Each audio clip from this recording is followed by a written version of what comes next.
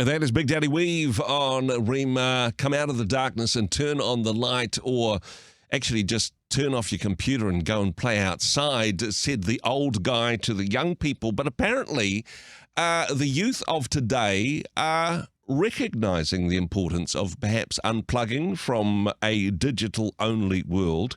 With a perspective on this, Executive Director of the Maxim Institute, Tim Wilson. Tim, kia ora, good morning. Thanks for your time.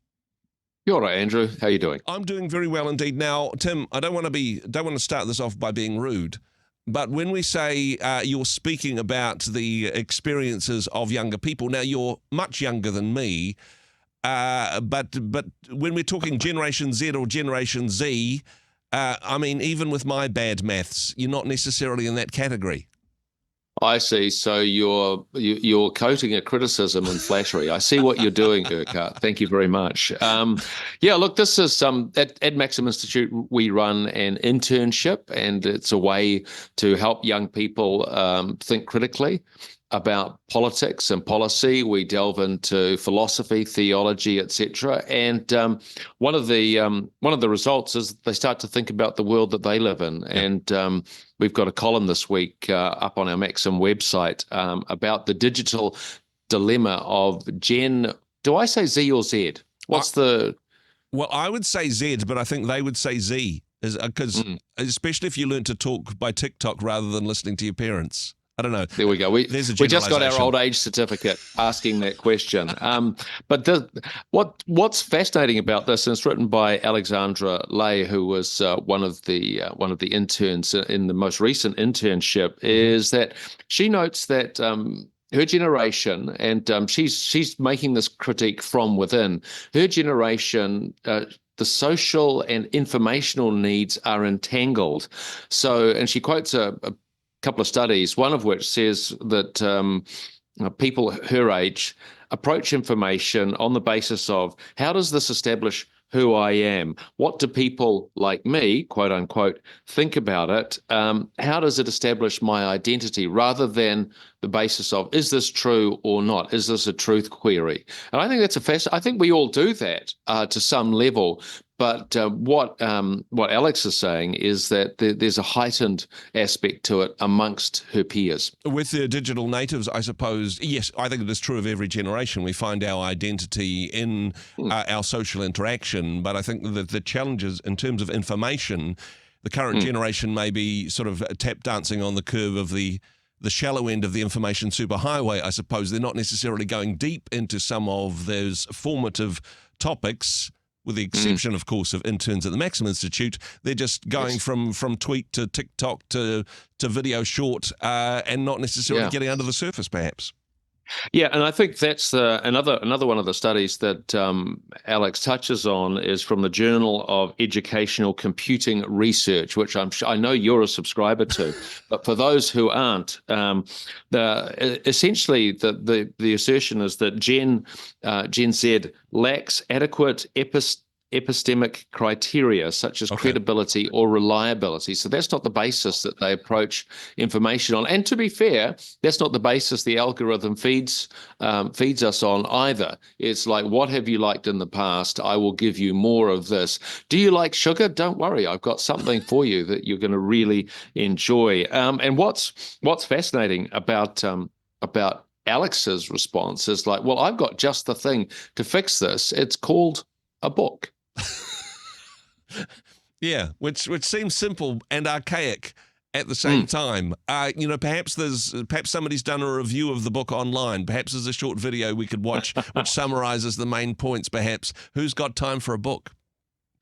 Well, I think actually and look, I'm gonna confess that I do now struggle to consume books in the same way that I having said that, 4 children under 9, well, yes. Time is a bit short. Yeah. So, to be fair, but just that sense of taking time to read, to sort of fit in with the demands that a book makes of you. But the book that Alex notes is it's called Reading Like a Historian, and it trains students in skills such as contextualization, corroboration, source reliability, and it increases their historical reasoning and reading comprehension. So I think there's another aspect to this, the bite-sized nature of digital interactions is the ability to actually. So if you get used to eating snacks, you're going to recoil at a meal, particularly a degustation. You're going to go, wait, I don't have the capacity for this. But the middle of my body is here to tell you that degustations are quite delicious, and I would encourage you to pursue them. Certainly, and I think it is a training our appetites in that regard. But there is, I suppose, quite a strong social pushback to that.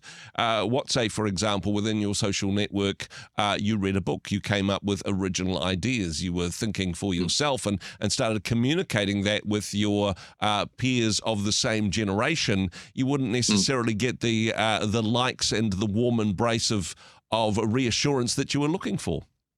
I think also that the algorithm bands people together who hold the same views. Yeah. So then people are, and this is interesting actually. Alex was talking to a public servant that I suspect she met through the internship, who was worried that recent graduates. And look, again, I think the algorithm groups us all in these clusters, if you like, these quote unquote identity clusters, who seemingly have never been challenged on their particular rigid policy positions. Actually, one of the great moments of one of the internships is we sat them down with an ex-PM, and this person said to them, "What's one thing that you believed before this internship started that you have now come to question?" It was a great question, absolutely challenging, and then they spoke about their own failings in their career and the things that they learned from them. So there's that sense too. I think we're talking about digital experience, but if we can embody that in a human context, just like a face-to-face conversation, then you go to places that are unexpected but really productive. Yeah. Read a book, talk to some people outside of who the algorithm suggests should be your friends. Have a pleasant conversation with somebody who has different opinions than you. This can be life-changing stuff. And you're talking about the internship beforehand. I know there'll be people listening to this or watching this that are saying, oh gosh, that sounds like the sort of thing I'd be interested in finding out more about. How does that happen? How do people become interns at Maxim? Tim? Go on the website, www.maxim.org.nz. It's for young people who care about politics and policy, but also who want a real sharpening of how to think critically, and then they get exposed to the machinery of government. So they'll end up, previous interns have ended up working for cabinet ministers, in advocacy organisations, in government departments. So it's not just the internship, it connects you to a whole network. And that's just come to our website. We'd love to hear from anyone. And if you know someone, you think, oh, you know what, that might suit Nigel. Then by all means, send Nigel to us. Making plans for Nigel, showing my age again on that one, Tim. But and I'm old enough to know that was by a band called XTC, spelled X, a T, and a C. Shame on us both, Andrew. Exactly. Now, of course, if somebody wants to be more than just a following the social influences, but be an influencer of society, then maxim.org.nz. Tim, nice to chat. Thanks for joining us. Always a pleasure. Hey, thanks very much for joining us in the Rhema studio. Thanks very much for watching the interview. It's kind of nice to have an audience, actually. And if you did like what you watched, then do give us a like, do give us the thumbs up. And if you'd like to see more interviews like that one, or perhaps even better, subscribe and those interviews will come straight to you. Don't forget to turn on your notifications, and we'll see you in the next one. Cheers.